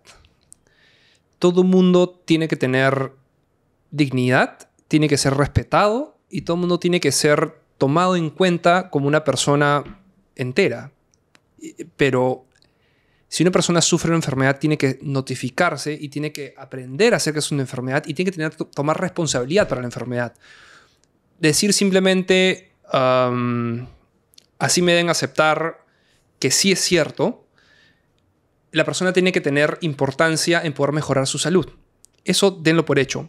Y eso es lo común. Estas personas que son activistas y que empujan este movimiento contra la discriminación de las personas que sufren de obesidad, tienen conciencia de sus enfermedades. Y créanlo o no, están tomando medidas para poder hacerlo. Yo sí entiendo estos activistas, sí entiendo este movimiento en cuanto a luchar contra un mundo con menos discriminación para las personas que sufren de obesidad. Ellos los llaman personas gordas. Yo entiendo que ellos lo llaman como personas gordas. Pero es como que yo empiezo a discriminar a las personas por ser cardiópatas. O empieza a discriminar a las personas porque simplemente tienen un trastorno esquizofrénico. Y por tener un trastorno esquizofrénico, los vaya a discriminar y los deje entrar a lugares o repercutir en cuanto socialmente a ellos. Entonces, no tiene sentido. No tiene sentido. Entonces, sí entiendo este movimiento, apoyo este movimiento, pero nunca a los extremos. Empezar a apuntar de que los diferentes tipos de tratamientos para poder combatir la obesidad son mecanismos gordofóbicos porque empujan a las personas a una apariencia delgada porque son socialmente aceptados así. No, eso ya escapa de las manos médicas. O sea, eso ya es son manotazos de ahogado para simplemente buscar la sin razón. Pero tienen que buscar salud. El exceso de porcentaje de grasa corporal lamentablemente aumenta el riesgo cardiovascular de las personas. El exceso de porcentaje de grasa corporal aumenta las enfermedades metabólicas y disminuye la expectativa de vida. Hace poco hemos visto una muerte de una influencer muy famosa que ha muerto por tener una dieta crudivegana asociada a una infección por baja defensas y cosas por el estilo. El otro lado del espectro. Ojo, no se ha muerto por tener ese tipo de dieta, se ha muerto por una infección, pero lamentablemente el sistema inmunológico ha sido comprometido. Eso es porque esa persona ha sido algo conocida, pero mueren muchas personas por obesidad. Sí. Y eso hay que evitarlo, pues, ¿no? Sí. O por el otro lado también, que es pues tener demasiado delgados, ¿no? Muy poco porcentaje de grasa que destruye tu producción hormonal, destruye tu producción de neurotransmisores, etc. Sí. Siguiendo con la parte de cirugía bariátrica, que de verdad me encanta el punto que acabamos de tocar porque creo que cada vez debería saberse más. ¿Bien? ¿Qué sucede una vez que cortas esta parte del estómago que se llama el fondo? El fondo gástrico. Que pues controversialmente es la parte de arriba, ¿no? Sí. Con la absorción de nutrientes. Dijiste que las personas tienen que tomar medicinas o fármacos durante toda su vida. Ok. Ilústranos un poco de por qué. Muy bien. En la manga gástrica, como en otras cirugías, no es el fondo el problema El fondo es por lo de la grelina que estábamos hablando. Pero también retiramos una porción que se llama el antro gástrico. En el antro gástrico se producen dos factores, que es el factor R y el factor intrínseco. Estos factores tienen la chamba de que cuando la comida que tenga vitamina B12 ingresa al estómago, estos factores preparan la vitamina 12 para que pueda ser absorbida en el intestino. Como esa parte ya no está, no se producen estos factores. Y lamentablemente la persona no va a poder absorber bien la vitamina B12 enteralmente, o sea, por medio gástrico e intestinal. estas personas tienen que suplementarse vitamina B12 siempre. ¿Por cuánto tiempo es siempre? Toda su vida, pero afortunadamente la vitamina B12 tiene un tiempo de vida media de aproximadamente 3 a 4 meses. ¿Ok? Quizás un poco menos, quizás un poco más, depende de las personas, pero 3 a 4 meses es el estándar. Cada 3 a 4 meses los pacientes tienen que suplementarse, ya sea intramuscularmente o sublingualmente, de vitamina B12. Porque si la vitamina B12 baja, de tantas chambas que tiene la vitamina B12, una de ellas es fijar bien el hierro en sangre. Y si no fijas bien el hierro en sangre, te da anemia. Entonces, por eso dicen, no te operes de cirugía bariátrica, te va a dar anemia. Claro, o sea, si eres un mal paciente, no sigues las indicaciones, te puede dar anemia. Podemos salir rápidamente de la anemia, pero la idea es evitarla.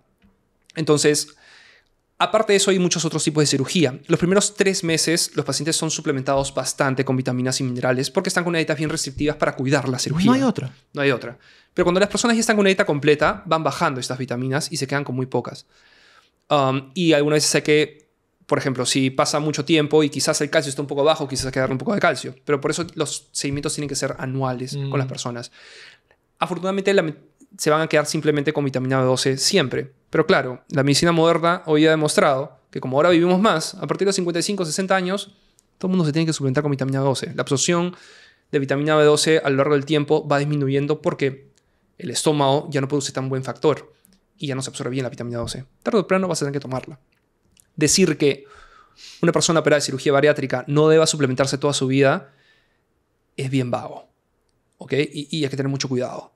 Hay personas que te dicen que no, la cirugía bariátrica simplemente tienes que suplementarte el primer año de la cirugía y después ya nunca más. Mentira. O sea, eso es mentira. ¿Me entienden? Siempre van a tener que suplementadas. Otra cosa importante es la proteína suplementada. Para mantener mi masa muscular, por lo menos tengo que comerme unas 3 latas de atún al día. Más o menos. Con mis requerimientos. Más o menos. Para que la gente pueda tener una proporción. Una persona con una cirugía manga gástrica no va a poder llegar ni a la mitad de lata de atún. No hay forma porque no lo tolera. No entra. No entra más. Sobre todo al inicio, ¿no? Tienen que tomarla, sobre todo al inicio. Tienen que comerla fraccionadamente. Yo para poder llegar a esos requerimientos me como mi lata de atún y después me tomo un shake de proteína después de entrenamiento. Como de repente alguna vez tú quizás has hecho alguna vez. Los pacientes con una cirugía bariátrica no van a poder llegar con la comida a los requerimientos de proteína. Van a tener que suplementarse de proteína. No es de vida o muerte si un día no lo toman, pero tienen que tomarla regularmente, porque si no van a perder masa muscular. Y como hemos dicho, la masa muscular es lo más importante que cuidar en un paciente bariátrico. Entonces, eso es muy importante. La suplementación va a ser importante. Ahora, ese es el problema de la cirugía bariátrica y los criterios de inclusión para poder someterse. Mucha gente se opera simplemente para bajar de peso. Y mucha gente se opera simplemente para verse delgada sin tener ningún tipo de criterio ni enfermedad. Y no toman ni una fármacos, ni una medicación para esas enfermedades asociadas a su obesidad. Y simplemente se operan, ¿me entiendes? Y después van a tener que tomar vitaminas toda su vida y dicen, brother, ¿y ahora? Vitaminas. Y ven que es un contra. Pero si eres una persona que tiene una enfermedad de resistencia a la insulina, toma metformina, quizás toma pastillas para la presión, toma pastillas para su diabetes, está en tratamiento de fertilidad y no pega y no pueden salir embarazadas, qué sé yo, y se operan de cirugía bariátrica y ahora reemplazan todo eso por simplemente vitaminas, es un golazo. Es un gol de media cancha. Es un golazo. Pero la gente no lo toma de esa manera. Y como hoy en día, lamentablemente, y me da vergüenza que la cirugía bariátrica se ha vuelto una carnicería a nivel mundial, porque se ha vuelto una carnicería a nivel mundial, no hay ningún... Hay entes que te van a decir que están tratando de regularlo, pero no lo regulan. Hay mucha cirugía clandestina. Mucha cirugía que no se eleva a los reportes mundiales de las confederaciones mundiales. Y se está haciendo lo que sea. O sea, he visto... Hay lugares donde operan gente con 26 IMC. Y esa es la razón de este episodio. Claro. Esa es la razón por la que pues, dijimos, oye, mira, tenemos que hablar con alguien que diga la verdad detrás de esto y que pueda verlo como en realidad debería ser visto, ¿no? Me parece súper interesante porque, pues... Decirle a alguien que va a tener que suplementarse con una vitamina por toda su vida puede ser que le diga, oye, mira, yo no quiero tomar pastillas. Entonces, no te puedes operar. No puedes tomar... Porque aparte, pues, la B2, aparte de la anemia megaloblástica, genera también mielinización, problemas cognitivos, depresión por absorción de B12, ¿me entiendes? Que sucede con los veganos estrictos que no se suplementan o que tienen un consumo de B12 súper bajo. Eric... En tus redes, ¿ya? Y en cómo pues entramos a verte, porque si alguien hoy día dice, oye, ¿quién es este pata que está hablando que está súper interesante? ¿Dónde lo busco? Y te buscan. Cuando alguien entra a tus redes, lo primero que ve no es un quirófano. No. Sino te ve a ti haciendo deporte, promoviendo hábitos de vida saludables, promoviendo moverse, salir a la naturaleza. ¿En qué momento tomaste la decisión de promover esto? Mira, la verdad, yo me volví cirujano digestivo a muy temprana edad. A los 26 años yo ya era cirujano. Hice mi subespecialidad en cirugía bariátrica a los 27 aproximadamente, y a los 28 yo ya era cirujano bariatra especializado, subespecialista. Y decía, brother, ¿y ahora qué hago? ¿Quién se va a operar con el chibolo? Claro. ¿Quién va a llegar al chibolo? Claro. Y empecé a investigar en el mundo, estamos hablando de 2016, 2015 por ahí, y empecé a investigar en el mundo de redes qué líder de opinión hablaba sobre la obesidad como debería ser hablada, sin pesocentrismo, sin cosas por el estilo. Y no había. Entonces dije, bueno, vamos a crear un personaje que se llama Dr. Piskulich, que hable a la población peruana todo lo que es el mundo de la obesidad per se y cómo es este mundo de la cirugía bariátrica, porque hasta ese entonces la cirugía bariátrica era tomada como muerte y baja de peso. Y creo este producto. Salimos a hablar de esto y la idea es simplemente no generar una plataforma de ventas como todo mundo cuando pone cirugía bariátrica encuentra. Simplemente opereta acá, costo acá, opereta ya, todo incluido. Y cosas. Ese no es el fin. El fin era educar a las personas para que puedan someterse sin error alguno a esta cirugía y que sea beneficioso para ellos. Creamos Dr. Piskulich con el simplemente hecho de que la gente aprenda sobre la obesidad.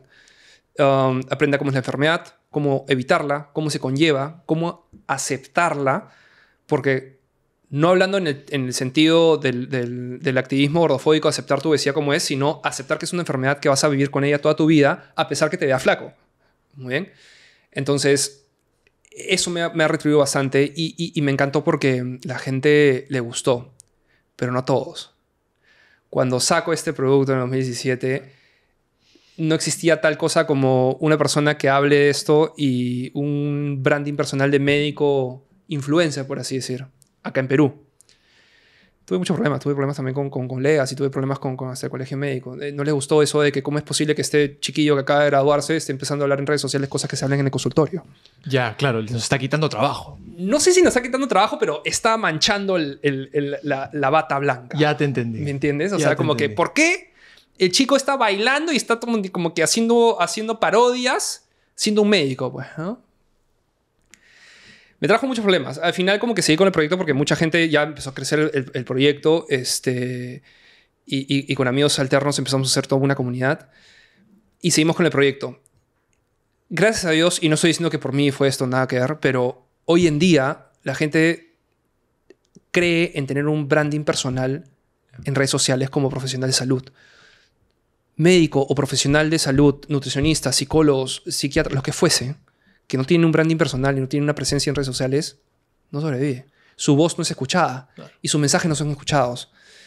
Mucho más allá de vender medicina, que no estoy de acuerdo con eso, pero mucho más allá de vender medicina por sí, enseñarle a la comunidad, enseñarle a la población en cuanto a la medicina y sus verdades, sin conflictos de interés, es lo que me prima y lo que en verdad evita que las personas entren en una enfermedad sin cura. Educar. ¿No? Justamente lo que hablábamos al inicio de este episodio, que es pues, si lo queremos transportar a la parte de nutrición, que es que no tenemos educación nutricional a nivel de sociedad. Entonces, ¿qué nutricionista o qué plataforma está hablando del mundo de la nutrición como es? ¿No? Justamente un poco la razón de ser de este podcast, ¿no? Y es lo que me encantó al ver tus redes. Al ver que pues estás compartiendo un mensaje claro, ¿por qué no de una manera lúdica, que pues pueda pegar con la mayor cantidad de gente posible para que sea masivo, para poder dar a las personas información clara para que puedan tomar una decisión consciente sobre cuál es el mejor tratamiento para su caso, ¿no? Que justamente alguien pueda ver que, claro, si no haces entrenamiento de fuerza, si no tienes actividad física constante, si no cuidas tus hábitos alimenticios, no vas a mejorar. Y te va a ir mal. Y te puedes operar y si no tienes todo esto, pues claro, vas a mejorar fisiológicamente porque no puedes no te queda otra. Y después vas a recuperar todo esto, ¿no? Cuando tú vas, ya hablamos de tu caso. Cuando tú ahora vas a algún congreso o a algún meet internacional de bariatras, ¿cuál es el discurso que se está viendo ahora y ha cambiado algo con respecto a años anteriores? Depende. Hay muchos tipos de congresos de cirugía bariátrica en cuanto al mundo. afortunadamente en Clínica Avendaño somos referentes internacionales acá en el Perú y siempre vamos a muchos congresos. Estoy por irme ahorita a la Universidad de Oxford a dar una conferencia ahí como el año pasado. Pero existen congresos que solamente hablan de cirugía bariátrica y existen congresos multidisciplinarios. Acabo de estar en uno en Mendoza, que voy en los últimos 6 años, y dividen el congreso en 2 partes, en la parte quirúrgica y en la parte multidisciplinaria. Entonces, yo me voy por la parte multidisciplinaria. Me escapo de la parte quirúrgica y me voy a la parte multidisciplinaria porque es ahí donde está la carnecita del asunto, ¿me entiendes? Porque en la parte quirúrgica vas a ver las cirugías y ahí los cirujanos siguen peleándose por cuál es la cirugía que más te baja de peso, claro, y siguen peleándose por cuál es la cirugía que más enfermedades te quita y cuánto tiempo se quedan más flacos. ¿Sí? Eso no va a pasar y no va a cambiar, ¿ok? Pero la parte multidisciplinaria es una cosa impresionante. Las nutricionistas bariátricas, psicólogos, especialistas en deporte, en otros países les llaman kinesiólogos. Todo este equipo empieza a tener mucha más innovación en el manejo de la obesidad postoperatoriamente. La cirugía solamente es la pastillita al principio y todo lo demás se encargan ellos. Claro. Entonces,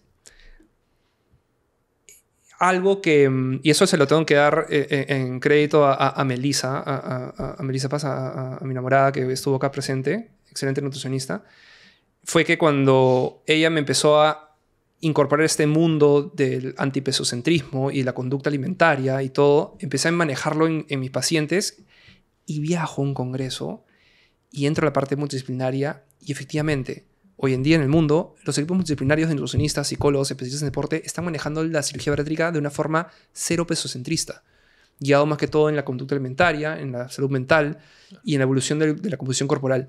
Eso es lo último en innovación. ¿Se están creando nuevas cirugías? Sí. ¿Se están estudiando nuevas cirugías? Sí. Pero pueden haber millones de cirugías como las 70 que ya existen, pero si no innovamos en la repercusión del manejo de la composición corporal y la conducta alimentaria del paciente con obesidad luego de la cirugía, es simplemente una mutilación de órganos. Entonces, eso es lo que ahorita está en boga a nivel mundial. Mejorar los protocolos multidisciplinarios y de seguimiento a los pacientes. Porque lamentablemente el paciente sigue pensando que cuando se opera y se ve delgado ya está bien y se pierde. Y pasan muchos años y resaca una recidiva de enfermedad.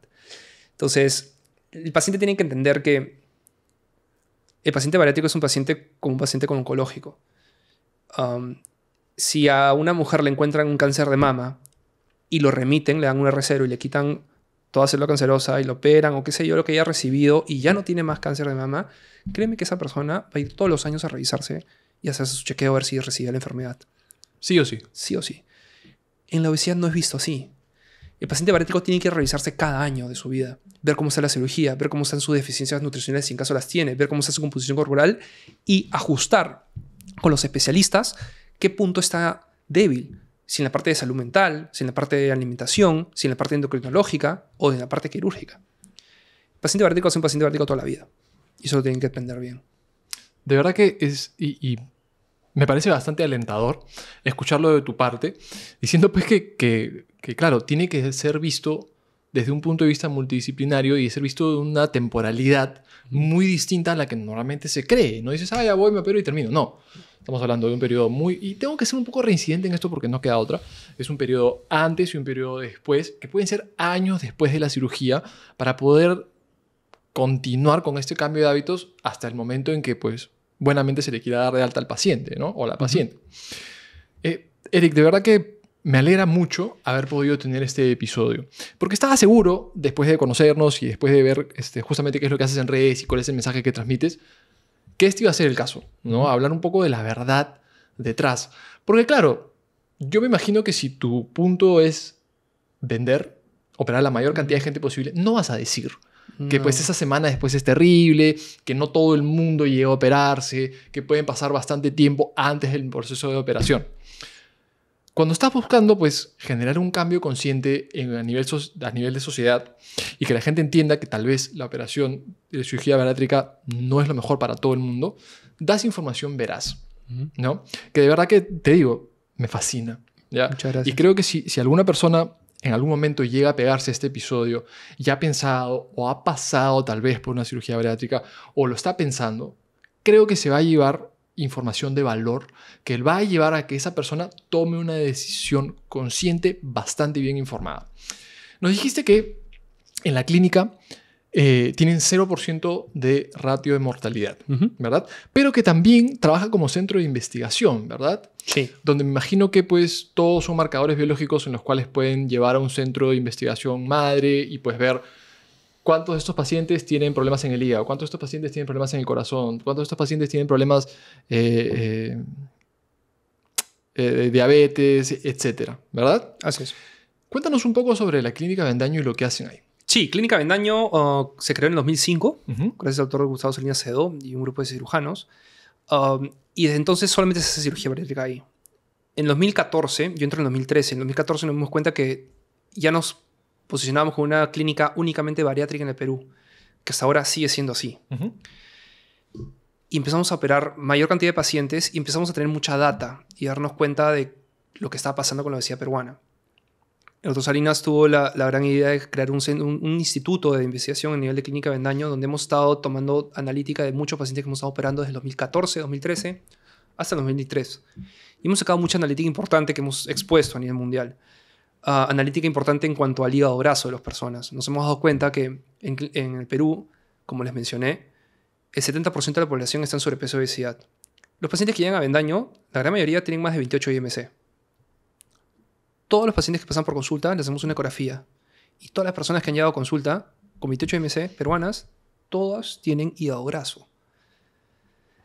Es decir, el 70% de la población tiene hígado graso. Ahora,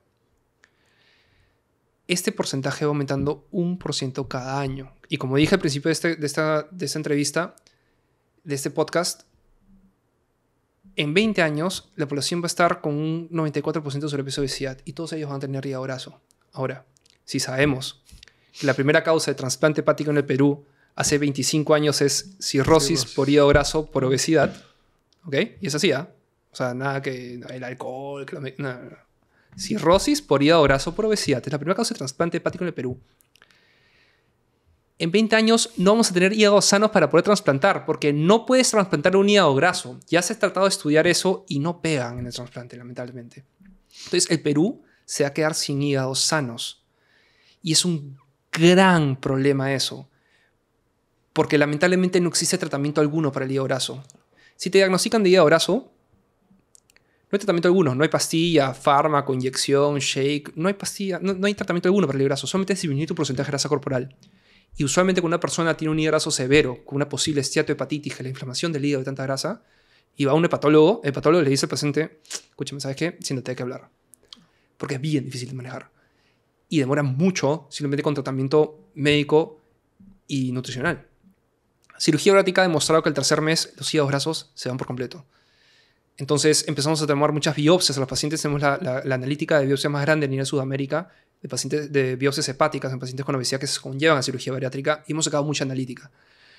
Algo muy importante que hemos encontrado es que cuando una persona tiene de 28 IMC a 35 IMC, es decir, una obesidad grado 1, sobrepeso cero, obesidad de 1, ya aproximadamente el 33% de las personas ya tienen esteatohepatitis en el hígado graso. Para que la gente pueda entender, hay tanta grasa en la célula hepática que ya no es poliédrica, ya no es cuadradita, como de ser, ya es redonda, ya no funciona bien, y empiezan a no funcionar y se empiezan a suicidar las células grasas, perdón, las células hepáticas. Empiezan a hacer tractos de cicatriz a lo largo del hígado. La cicatriz va aumentando conforme pasa el tiempo, y cuando llegan a viejitos han escuchado eso, pues, ¿no? O sea, pobrecito viejito, tiene cirrosis. Bueno, ok, viene el hígado graso y la esteatohepatitis. Cuando tienes obesidad grado 1, tienes el 33% de probabilidad de ya estar sufriendo esteatohepatitis. Si tienes obesidad grado 2, y eso sube por lo menos al 74%. Y si tienes obesidad mórbida, todo peruano con obesidad mórbida, con obesidad más de 40 IMC, todo, ya tiene esteatohepatitis. Entonces, es algo que está escapando de las manos. Hemos también investigado acerca del mundo de la esofagitis por manga gástrica, hemos contribuido al mundo con tratamiento, con investigación de manga gástrica, de pases gástricos, y ahora hemos empezado con una nueva cirugía que es el SADIS, pues, ¿no? Pero eso es otra historia. No te sirve de nada ejercer medicina si no colaboras a la investigación y a la cultura y el conocimiento, pues, ¿no? Y Clínica Avendaño es un centro de alto flujo que ayuda en eso, pues, ¿no? De acuerdo. Y si quieren encontrarlos o encontrarte a ti, tal vez, ¿dónde los pueden buscar? Sí, pueden buscarlos en las redes sociales. En mi red social de Dr. Pisculich, dr.pisculich. En Clínica Avendaño, en la página de Instagram o de página web de Clínica Avendaño. Ahí van a encontrar toda la información. Y esto es algo que quiero mencionar y que quiero que la gente se lleve de este podcast. Si por A o B sufren un exceso de porcentaje de grasa corporal, han combatido mucho tiempo este exceso de porcentaje de grasa corporal, tienen enfermedades metabólicas asociadas y piensan que son candidatos a una cirugía bariátrica o la pueden tener como opción de tratamiento, tengan más de una opinión. Consulten en muchos lugares. Busquen lugares donde se sientan cómodos, seguros para poder operarse y poder conllevar toda su aventura bariátrica. Esto no solamente es la cirugía y no solamente qué tan chévere te lleves con tu cirujano. Es con todo el equipo de especialistas y que estén dispuestos a seguirte. Que no sea un lugar que simplemente seas una persona más del rebaño que simplemente te tiran una dieta impresa y a ver cómo vas. Porque una vez que tú te operas con un equipo, lo vas a seguir toda tu vida. Y por favor, no se operen por operar y no se operen simplemente para ser delgados, porque van a ir mal. Van a ir muy mal. Bien, y creo que con eso cerramos este episodio que pues tengo que repetirlo. Creo que va a dar información de valor para muchas personas. Entonces, como siempre, gracias por sintonizar otro episodio del Life Lifting Podcast, el espacio donde, como he dicho al inicio, compartimos salud y donde pues rompemos un poco de mitos que pueden existir en base a nutrición y salud, como creo yo que ha sucedido el día de hoy. Eric, muchas gracias por acompañarnos y antes de cerrar quería mandarle saludos a una persona que nos sigue en todos los episodios y que siempre nos comenta, nuestro amigo Gonzalo. Y para él justamente otro episodio más en La Bolsa. Gracias, Eric. De verdad. Muchísimas gracias. Un gusto. Nos vemos en la próxima.